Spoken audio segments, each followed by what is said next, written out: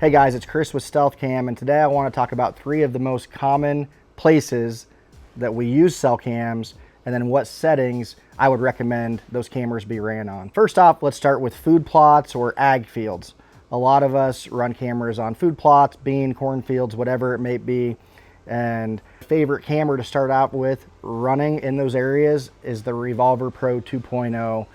As you know, a food plot can be big, it can be small, but regardless, there's ways that deer can get around those cameras based on where they're setting. And what I really love about that 360 is that deer can no longer skirt around it. Now, let's say you're running it in a really big field.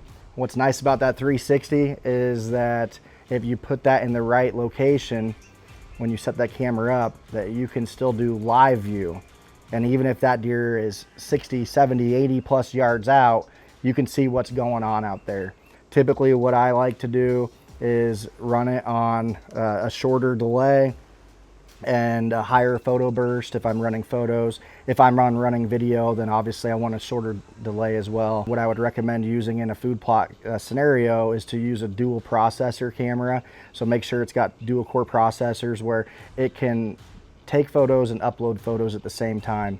Many single processor cameras, if they take a photo and start uploading the images, deer could be walking by and it's not going to take those photos of them. So that's something else to keep in mind. Second location that I would say is very common for people to put cameras on would be trails. What I like to do is look for intersecting trails because just double the opportunity to catch a deer moving in and out of an area. One thing to consider when placing those cameras to make sure that you know what the detection range is and also what the trigger speed is, and probably the trigger speed is probably the most important factor to look into. If you've got a slower trigger speed camera, one that I would say is 0.5 seconds or longer, what I would recommend to do is instead of having that camera face directly at the trail, I think what I would rather do is set it up almost alongside that and pointing down the trail.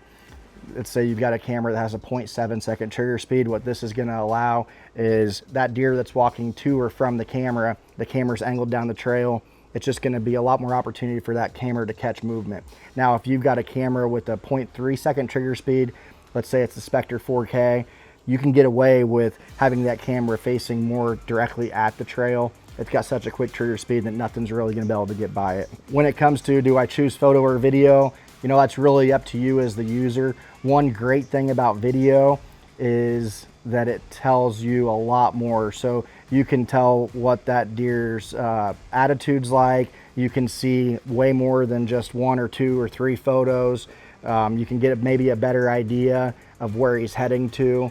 The videos tell a big story, but if you want to run photos, what I would recommend if it's on a trail, to do one of the higher photo bursts that you can to get as much intel as possible. The third spot that we see more people run cameras than probably anything is going to be a bait station, a feeder, a mineral site, a place where those deer are coming into and congregating around. And yes, you can have your camera set up where it's going to take thousands of photos or videos a night, but in all reality, it's probably unnecessary. So what I would recommend if your camera is on a feeder or mineral site or a bait station is to run it on a higher delay. So let's say you've got that PIR delay at 1 minute plus and probably a lower photo burst, maybe 1 or 2 photos at a time.